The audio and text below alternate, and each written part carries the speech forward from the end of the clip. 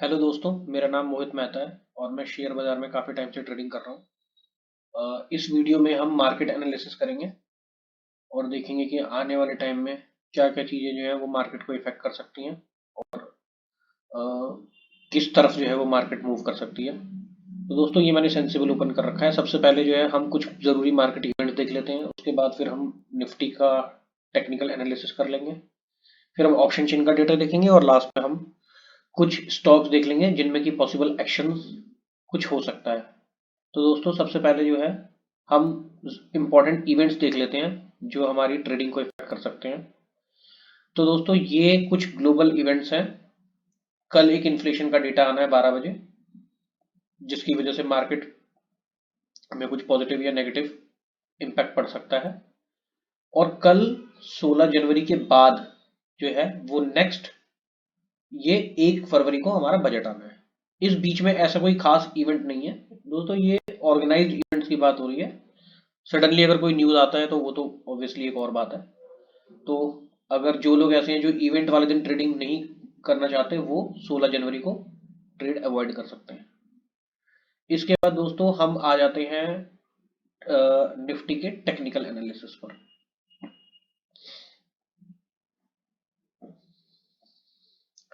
तो दोस्तों, ये मैंने ट्रेडिंग व्यू ओपन कर लिया है और यहाँ पर जो है हम निफ्टी का जो है वो एक टेक एनालिसिस कर लेते हैं।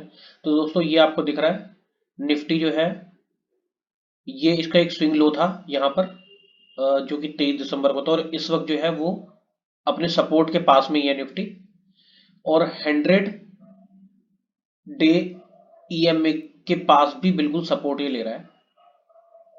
तो यहां से जो है हम ये उम्मीद कर सकते हैं कि अगर इसके बाद ये नीचे ब्रेक करता है तो हम एक और डाउनफॉल जो है एक्सपेक्ट कर सकते हैं। फिलहाल जो है हम ये उम्मीद कर सकते हैं कि ये यहाँ से एक बाउंस बैक दिखाएगा और ऊपर जाएगा, क्योंकि ये इस वक्त अपने सपोर्ट के पास है। तो यहाँ पर जो है जो लोग निफ्टी में ट्रेड करते हैं वो एक नीचे एक स्टॉप लॉस लगा करके और एक अपसाइड के लिए एक ट्रेड ले सकते हैं। डेली कैंडल पर जो है दोस्तों सुपर ट्रेंड रेड है। पिछले कुछ दिनों से जो है वो निफ्टी बेरिश है, बट अगर हम इसको थोड़ा सा लॉन्गर टाइम फ्रेम पे देखते हैं, वीकली टाइम फ्रेम पे अगर हम देखते हैं, तो एक लॉन्गर टाइम फ्रेम में निफ्टी जो है वो बुलिश है। हालांकि डेली टाइम फ्रेम पर वो बेरिश आ रहा है। तो फिलहाल हम ये उम्मीद करते हैं कि यहाँ से शायद ये सपोर्ट लेकर के एक बाउंस बैक दिखाए और वापस जो है वो ऊपर जाएगा। ठीक है, सपोर्ट के भी ये बिल्कुल पास में है और 100 ईएमए के भी से ये सपोर्ट ले रहा है। इसके बाद हम दोस्तों ऑप्शन चेन का डेटा देख लेते हैं।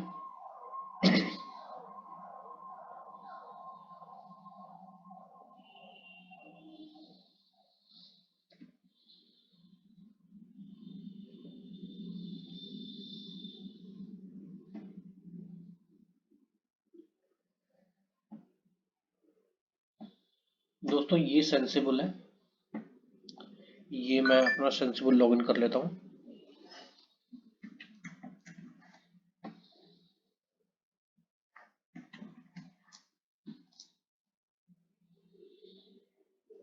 ये कुछ उसमें लॉग आउट हो गया शायद।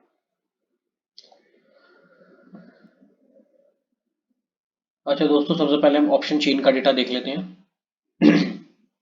ऑप्शन चेन के डेटा में जो है दोस्तों यहाँ पर जो है वो ये काफी ज्यादा जो है वो डेटा यहाँ पर दिया हुआ है, तो इसको देख करके जो है वो थोड़ा सा कंफ्यूजन हो सकती है। हालांकि मैं समझा देता हूँ, ये पुट राइटिंग है। सबसे ज्यादा पुट राइटिंग जो है यहाँ 17,900 पे हुई हुई है, और उसके बाद फिर एक ये कॉल राइटिंग सबसे ज्यादा यहाँ 17,900 पे ही हुई हुई है। ठीक है, तो दोस्तों इसको थोड़ा सा इजी प्रेजेंटेशन के लिए हम इसको यहाँ ओपन इंटरेस्ट के डेटा में देख लेते हैं। ये वो डेटा है दोस्तों, ऊपर जो है वो ओपन इंटरेस्ट का चेंज है। ये वो डेटा है जो कि इंट्राडे में ओपन इंटरेस्ट में चेंजेस हुए हैं। मतलब 13 तारीख को ओपन इंटरेस्ट जो था हमारा वो बढ़ा था या घटा था, वो डेटा है ये। मतलब ये इंट्राडे का डेटा है, और ये डेटा है कि नेक्स्ट एक्सपायरी के लिए हमारा जो डेटा है कि लाइक नेक्स्ट एक्सपायरी के लिए जो पोजीशंस बनी है, और ये इंट्राडे में पोजीशंस बनी थी। ठीक है, तो दोस्तों यहाँ पर हम आप मुझे उम्मीद है कि आप लोगों को ये बात पता होगी कि इस डेटा को हम लोग हमेशा ऑप्शन राइटर के पॉइंट ऑफ व्यू से रीड करते हैं, क्योंकि ये माना जाता है कि ऑप्शन राइटर एक स्मार्ट प्लेयर है, तो हम लोग डेटा को उसी पॉइंट ऑफ व्यू से रीड करते हैं। तो दोस्तों ये है पुट ऑप्शन, ये पुट ऑप्शन की राइटिंग है और ये कॉल ऑप्शन की राइटिंग है।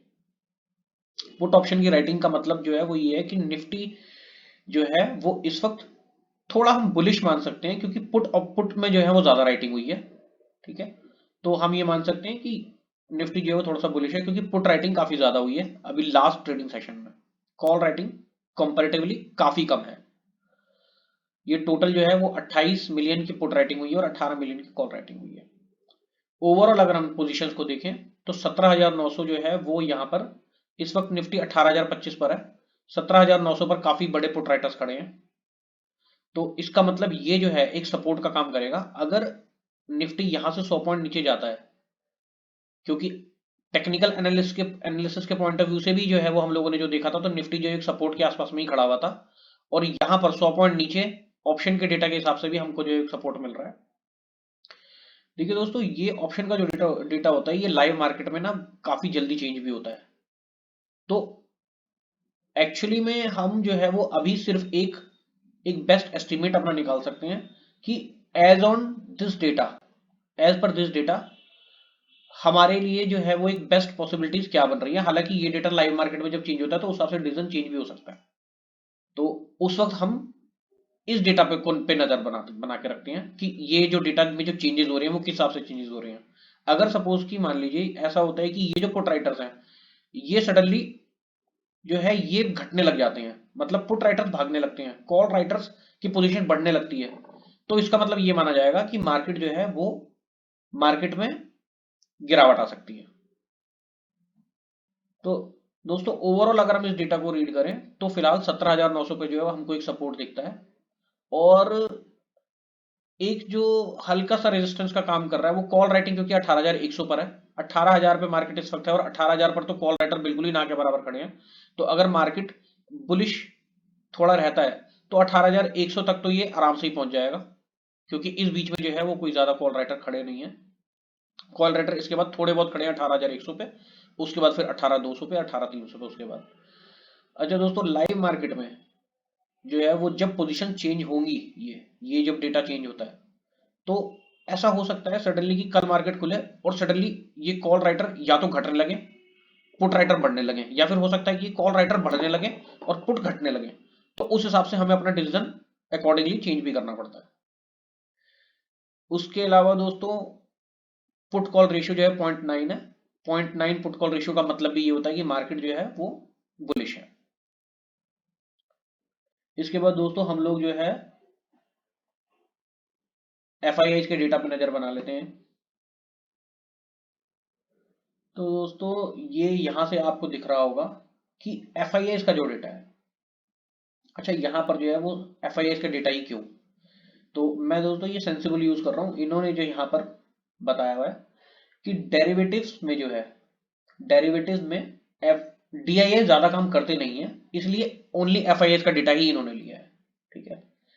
क्योंकि क्या होता है, मेरे को इसका जो रीजन समझ में आता है कि म्यूचुअल फंड जो है वो क्योंकि शॉर्ट तो कर ही नहीं सकते, उन लोगों को जो है वो शेयर बाय ही करने होते हैं, तो इस वजह से वो लोग शायद डेरिवेटिव सेगमेंट में म्यूचुअल फंड ज्यादा काम करते नहीं है। और सबसे बड़े हमारे जो डीआईएस हैं वो तो म्यूचुअल फंड्स ही हैं, तो इस वजह से इन्होंने यहाँ पर सिर्फ एफआईएस का डेटा ही लिया है। एफआईएस का डेटा देख करके दोस्तों क्या समझ में आता है, यहाँ पर जो है कॉल राइटिंग जो है, कॉल राइटिंग हुई है यहाँ पर, कॉल जो खरीदे गए हैं वो खरीदे गए हैं 5.96 लैक्स कॉन्ट्रैक्ट, और 4.31 लाख कॉन्ट्रैक्ट जो है शॉर्ट हुए हैं। नेट नेट में 1.65 लैक्स क्वांटिटी जो है वो कॉल्स में बाई हुई है, और 2.35 लैक्स क्वांटिटी पुट में बाई हुई है। इसको देख करके जो है मोटा मोटी आप इसको बराबर ही मान सकते हो। अगर थोड़ा सा आप कहोगे तो मार्केट यहाँ पर हल्का सा बेरिश है, इसके हिसाब से मार्केट हल्का सा बेरिश नजर आ रही है। बट ये जो डेटा है ये था 13 तारीख के लिए, ये 13 तारीख के लिए था। अगर क्योंकि 13 तारीख तो इस वक्त निकल चुकी है, नेक्स्ट जो है हमारी एक्सपायरी, अगर हम 26 तारीख की एक्सपायरी के पॉइंट ऑफ व्यू से बात करें तो 26 तारीख के लिए जो है जो पोजीशंस बनी हुई हैं, मतलब 26, सॉरी मैंने 26 गलत बोल दिया, यहाँ पर नेक्स्ट एक्सपायरी जो हमारी आ रही है जनवरी में वो हमारी आ रही है जनवरी की एक्सपायरी जो है हमारी 25 तारीख है। तो हमारी जनवरी की एक्सपायरी के पॉइंट ऑफ व्यू से जो डेटा बना हुआ है उसमें जो है वो दोनों ही डेटा बुलिश है। हालांकि दोस्तों ये कॉन्ट्रैक्ट की जो नेट नेट जो क्वांटिटी है ये कोई बहुत ज्यादा क्वांटिटी नहीं है, बट ओवरऑल इसको देख करके मार्केट बुलिश ही समझ में आ रही है। एफआईएस ने जो है वो यहाँ पर कॉल बाई किया और यहाँ पर पुट राइट किया है, तो कॉल बाइंग का मतलब भी बुलिश होता है और पुट राइटिंग का मतलब भी बुलिश ही होता है। उसके बाद जो है डीआईएस ने यहाँ पर स्टॉक्स में बाइंग करी है, एफआईएस ने स्टॉक्स में सेलिंग करी है और एफआईएस ने फ्यूचर्स में बाइंग करी है। एफआईएस दोस्तों स्टॉक्स में जो है वो पिछले काफी टाइम से काफी ज्यादा सेलिंग ही कर रहे हैं, बट आज की डेट में रिटेल इन्वेस्टर्स की इन्वेस्टमेंट एसआईपी के थ्रू और डायरेक्ट इन्वेस्टमेंट जो है वो इतनी ज्यादा बढ़ गई है कि इस डेटा का इफेक्ट पहले जो होता था वो उतना जो है वो आज की डेट में होता नहीं है। इनके बेचने से भी, एफआईएस के बेचने से मार्केट कुछ नीचे जाती भी है तो फिर भी ऊपर आ ही जाती है। पिछले साल एफआईएस ने काफी ज्यादा स्टॉक्स बेचे थे, बट मार्केट जो है वो ओवरऑल ऊपर ही रही थी। तो इसलिए एज फार एज ये डेटा बहुत ही ज्यादा ना हो तो ये मैनेजेबल है, ये आज की डेट में उतना इंपॉर्टेंस नहीं रखता। तो दोस्तों ये हम लोगों ने देख लिया ऑप्शन चेन और निफ्टी का टेक्निकल। इसके बाद दोस्तों कुछ स्टॉक स्पेसिफिक देख लेते हैं जहां पर पॉसिबल है कुछ एक्शंस होना। दोस्तों ये जो लिस्ट है ये लिस्ट है ब्रेकआउट की। ये वो शेयर्स हैं जिनमें पिछले दिनों में, मतलब पिछले ट्रेडिंग सेशन में, या तो इन शेयर्स ने मंथली ब्रेकआउट किया था या फिर ईयरली ब्रेकआउट किया था। तो दोस्तों इसमें से हम एक एक करके सारे शेयर तो जो है वो मैं आपको नहीं दिखा सकता, बट एक एक करके जो है वो मैं एक एक दो दो स्टॉक उठाता हूँ। यहाँ पर दोस्तों जो इंपॉर्टेंट डेटा है वो एक ब्रेकआउट का डेटा लिया हुआ है, उसके बाद कुछ शेयर जिनमें डिलीवरी ज्यादा आई थी वो, उसके बाद ये एक सुपर ट्रेंड जिनमें बाय हुआ था वो, और ये वो शेयर जो कि रेंज में ट्रेड कर रहे हैं। तो दोस्तों एक या दो शेयर जो है वो यहाँ से उठा लेते हैं। तो दोस्तों यहाँ पर जो है मैं ले लेता हूँ महिंद्रा सीआई।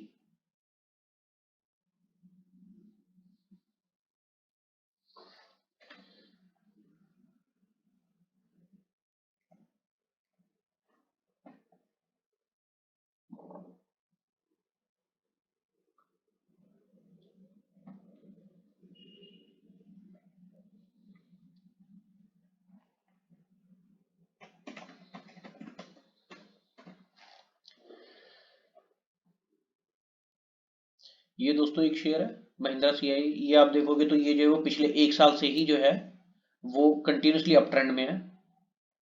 तो ऐसा शेयर दोस्तों जो कि कंटिन्यूसली अप ट्रेंड में है, ऐसे शेयर को जो है आप देख सकते हो कि यहाँ पर जो है वो अगर एक थोड़ा सा भी करेक्शन आता है तो एक जो है वो पॉसिबिलिटी बनती है कि हम उस करेक्शन के नीचे एक टाइट स्टॉप लॉस रखें और एक जो है वो अपसाइड पे एक ट्रेड ले सकते हैं। हो सकता है कि यहाँ से एक अपसाइड में एक अच्छी मूव मिले, क्योंकि ये काफी भाग चुका है और अभी इमीडिएटली भी इसने जो है उसका अपसाइड ब्रेक किया है। क्योंकि यहां पर जो है ना एक ट्रेड बनता था, जिन लोगों ने इसको पहले ही देख लिया था, अगर हमने इसको पहले ही, क्योंकि ये ऑब्वियसली 52 वीक से अप ट्रेंड में है तो जो है वो ये नजर में होगा ऑब्वियसली। तो यहाँ पर एक अपसाइड पे हम जो है वो अपने एक अलर्ट लगा के रख सकते थे, और जैसे ही इसको ब्रेक करता तो यहाँ पर एक अपसाइड की ट्रेड बनती थी। बट कोई नहीं, अभी जो है वो इसको वापस अगर ये एक हल्का सा भी गिरता है, थोड़ी सी करेक्शन देता है, तो हम जो है वो वापस एक प्राइस अलर्ट लगा के इसमें जो है वो वापस एक एंट्री ले सकते हैं। तो थोड़ा सा यहाँ पर करेक्शन का वेट करना चाहिए मुझे लगता है। इसके बाद दोस्तों एक हम देख लेते हैं एचडीएफसी लाइफ इंश्योरेंस।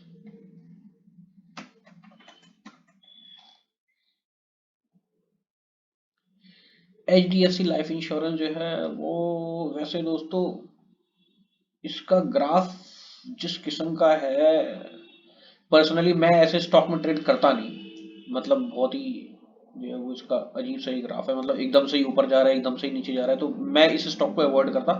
फिर भी अगर आप एक ब्रेकआउट ट्रेड करने वाले जो है ट्रेडर हैं तो आप इस सिचुएशन में जो है वो एक ट्रेड, क्योंकि जैसे ये एक हाई था लास्ट मंथ का, ये एक हाई था, तो जब ये ब्रेक हुआ तो यहाँ पर एक एक पोजीशन बनी, तो ऐसे ही ये एक हाई बन गया है यहाँ पे। तो अगर यहाँ पर हम एक अलर्ट लगा के रख सकते हैं, जब ये ब्रेक करता है तो एक एक पोजीशन बना सकते हैं टाइट स्टॉप लॉस के साथ, मतलब एक ट्रेड उस सिचुएशन में बन जाएगा इसमें। दोस्तों आगे हम देख लेते हैं डिलीवरी बेस्ड डेटा। दोस्तों ये जो है वो मैंने डिलीवरी बेस्ड डेटा फिलहाल जो है वो 2 दिन का डिलीवरी बेस्ड डेटा लिया हुआ है, 12 तारीख और 13 तारीख। इसको जो है इस डेटा को मैं जनरली जो है वो 5-7 दिन का रख लेता हूँ, बट वो क्योंकि बहुत लंबी शीट हो जाती तो इसलिए मैंने इसमें नहीं लिया। दोस्तों यहाँ पर क्या है, इसको हम इसको जो है वो फिल्टर लगा सकते हैं सेक्टर वाइज।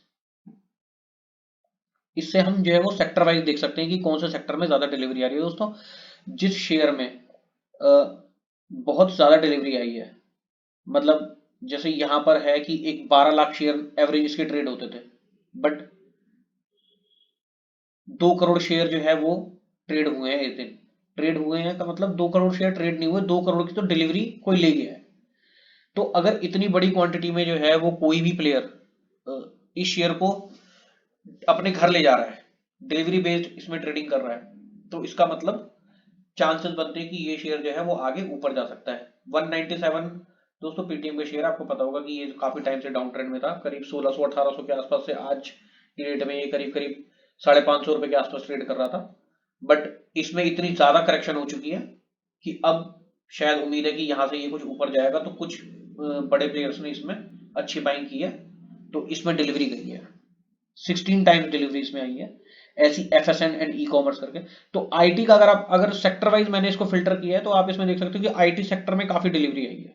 आप अगर देखो कहीं भी आप ऊपर के डेटा को देखोगे तो आपको एक आईटी सेक्टर में जो है इन शेयरों में काफी ज्यादा डिलीवरी दिख रही है। 197, उसके बाद FSN e-commerce, then LNT technology और उसके बाद एचसीएल।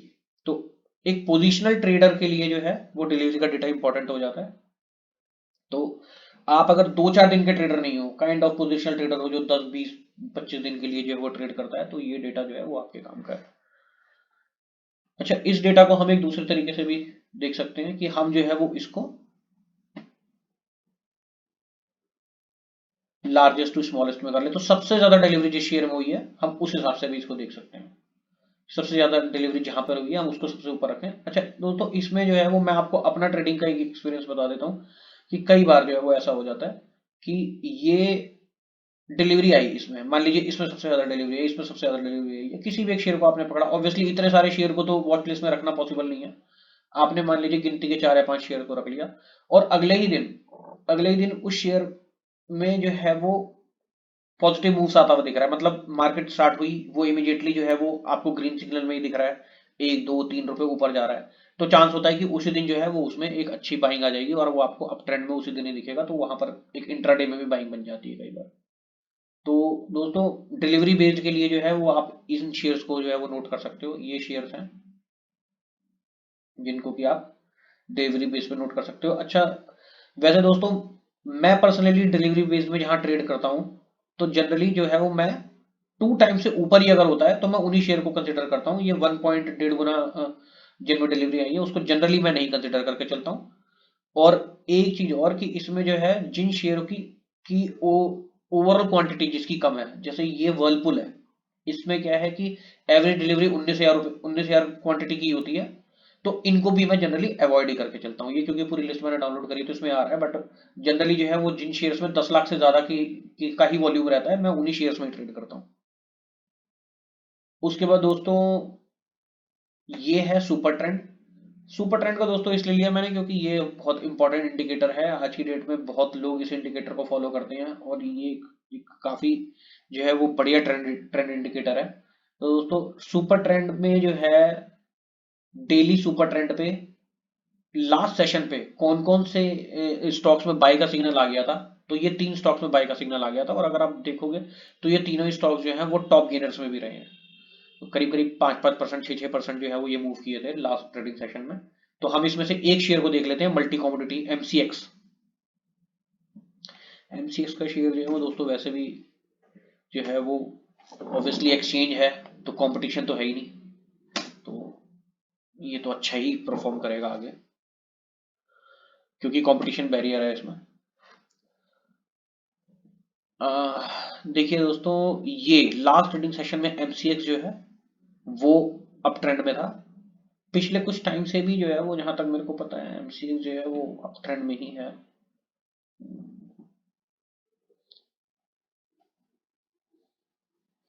दोस्तों ये इसका वीकली चार्ट है, स्टॉक जो है वो अप ट्रेंड में तो नहीं है, काइंड ऑफ जो है वो फ्लैट ही है, बट फिलहाल जो है वो इसने डेली कैंडल्स पे जो है वो बाय का सिग्नल दे दिया सुपर ट्रेंड ने।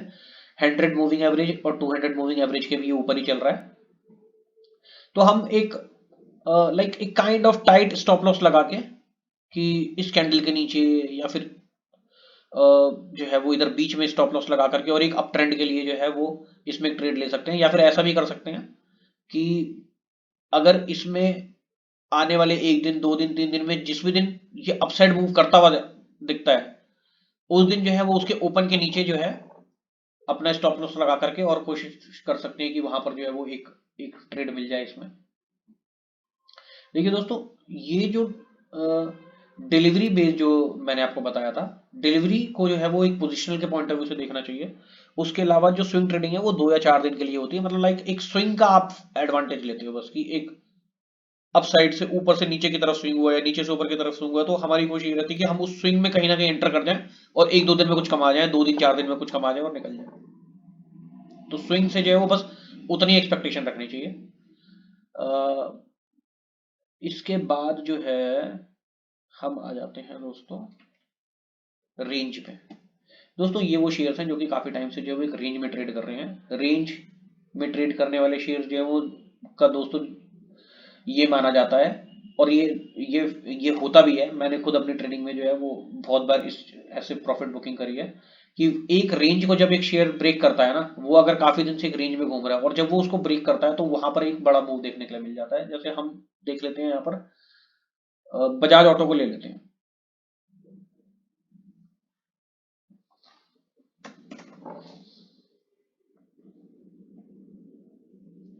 दोस्तों बजाज ऑटो को ले लिया, तो बजाज ऑटो जो है वो काफी टाइम से इस एक रेंज में है। आप अगर देखोगे काफी टाइम से इस रेंज में है, ठीक है। इससे पहले ये यहां इस रेंज में था, ठीक है। जब शेयर एक रेंज को ब्रेक करता है तो ऐसा माना जाता है कि वो मूव करेगा। जैसे ये यहां इस रेंज में था, जब इसने इस रेंज को ब्रेक किया तो ये नीचे आया, ठीक है। इसने यहां इस रेंज को ब्रेक किया था और ये नीचे आ गया था। इसके बाद अब दोस्तों आप देखोगे कि उसके बाद फिर ये यहां से नीचे एक ट्रेंड में रहा, फिर ये इधर ट्रेंड में रहा और अब ये फिर से रेंज में घूम रहा है। तो हम जो है वो क्या कर सकते हैं कि यहाँ अप साइड पर एक रेंज को अलर्ट पे अपने इसकी प्राइस को अलर्ट पे लगा सकते हैं और डाउन साइड पे भी इसकी प्राइस को अलर्ट पे लगा सकते हैं। आप देखोगे ये इस वक्त इसी रेंज में घूम रहा है। अगर ये इस रेंज को अप साइड पे ब्रेक करता है या फिर डाउन साइड पे ब्रेक करता है तो हम अकॉर्डिंगली जो है वो एक जो है वो बाई या सेल की ट्रेड ले सकते हैं। अच्छा दोस्तों, ये जो लिस्ट है, ये लिस्ट मैंने निफ्टी 200 के लिए है। इसका मतलब ये कि अगर इस लिस्ट को आप देखते हो और इस लिस्ट के अकॉर्डिंग अगर आप सेल का ट्रेड करते हो तो सेल का ट्रेड, अगर वो फ्यूचर्स में वो स्टॉक नहीं होगा, डेरिवेटिव सेगमेंट वो स्टॉक नहीं होगा, तो आपको वो ट्रेड फिर इंट्राडे में लेनी पड़ेगी, फिर आप उसको स्विंग के लिए नहीं ले पाओगे।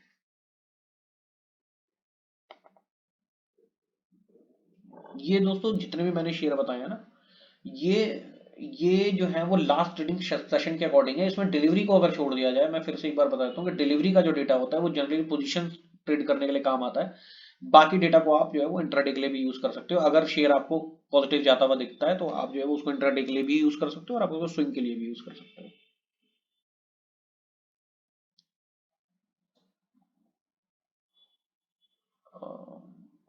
एक शेयर जो है हम इसमें और देख लेते हैं, हम इसमें देखते हैं आईटीसी।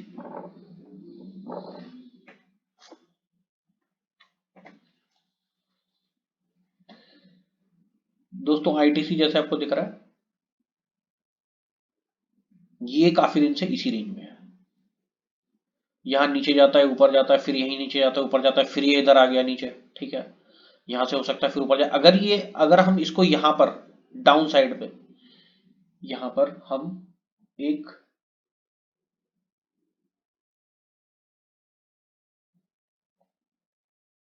इस एरिया में अगर हम इसको प्राइस अलर्ट पे लगा लेते हैं,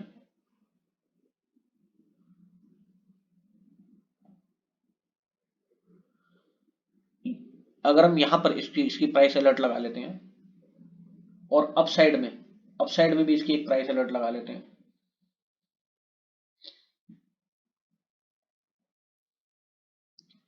तो इसके ऊपर अगर ये क्रॉस करता है, इसके ऊपर अगर ये क्रॉस करता है तो हम एक अलर्ट लगा सकते हैं। ऊपर अगर क्रॉस कर सकता है तो बाइंग, और अगर नीचे ही क्रॉस करता है तो सेलिंग। इस तरह से जो है वो हम आईटीसी, तो क्योंकि डेरिवेटिव का स्टॉक है तो यहाँ तो फ्यूचर में ट्रेड हो जाएगा, तो अगर इसके नीचे जाता है तो एक सेल की ट्रेड जो है वो स्विंग में हम ले सकते हैं। इस वक्त दोस्तों देखो, ये जो शेयर है ये वैसे भी 100 ईएमए के भी सपोर्ट के आसपास है, और अपने स्विंग लो के भी सपोर्ट के पास में है, तो उम्मीद करते हैं कि यहां से शायद ये एक जो है वो अपसाइड पे मूवमेंट दिखाएगा। तो दोस्तों ये हमारे वो शेयर थे, ये हमारे जो है वो कुछ शेयर थे जिनमें की कुछ स्टॉक स्पेसिफिक एक्शन होने की उम्मीद है। तो ये दोस्तों आप जो है वो ये शेयर्स को अपनी वॉच लिस्ट में रख सकते हो। तो ठीक है दोस्तों, हमारा जो है वो आज के सेशन में और आज के एनालिसिस में इतना ही था। Thank you so much, thanks for watching. अगर आपको वीडियो काम की लगी हो तो लाइक कीजिए, शेयर कीजिए, सब्सक्राइब कीजिए। Thank you.